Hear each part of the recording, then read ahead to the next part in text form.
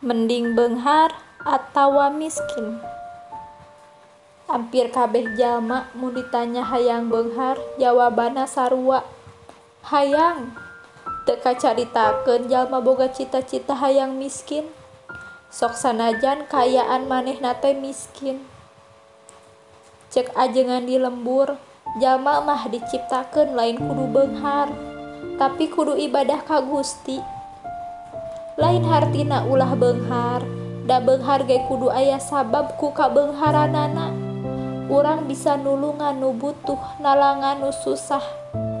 Ari beunghar jeung miskin mah ukur ujian hirup. Nu beunghar diuji ku kabeungharanana. Nu miskin diuji ku kamiskinanana. Tah di dieu bakal katingali saha jalma nu bisa lulus tina ujianna. Teu saeutik jalma beunghar tapi hirupna teu barokah.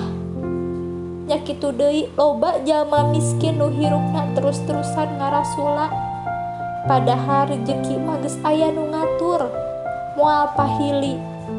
Da masing-masing geus ditangtukeun takaranna. Kulantaran urang mah teu apal ukuran rezeki nu geus ditangtukeun, nya urang salaku manusia kudu ikhtiar, ngadua jeung tawakal.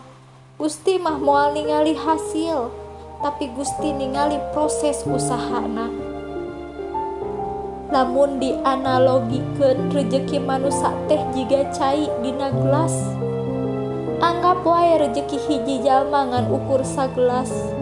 Mun eta jalma terus-terusan usaha pikeun nambahan harta ku jalan nu teu halal, sarua jeung minuhan gelas anu antukna mudal taya gunana, sabab teu katampung da rezekina oge ukur sagelas. Eta anu disebut teu barokah teh. Sabalikna mun eta jalma loba sodaqoh bari ikhlas, sarua jeung nyaatan eta gelas, nya jelas rezekina baris nambahan nepi ka sagelas deui. Eta nu disebut ikhlas ngaluarkeun harta dina jalan nu bener. Intina kumaha wae kaayaan urang, dek beunghar dek miskin, tetep kudu ikhtiar ngadua jeung tawakal. Tilu hal eta mangrupakeun proses ibadah salaku makhluk kanu jadi khalifna. Nu miskin kudu sabar, nu beunghar kudu nyaah kanu miskin. Nu namina manusia teu aya nu sampurna. Nu beunghar nu miskin sami wae.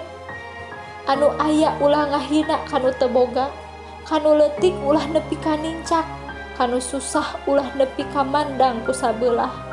Inget, rupa ukur pupulasan, harta ukur titipan.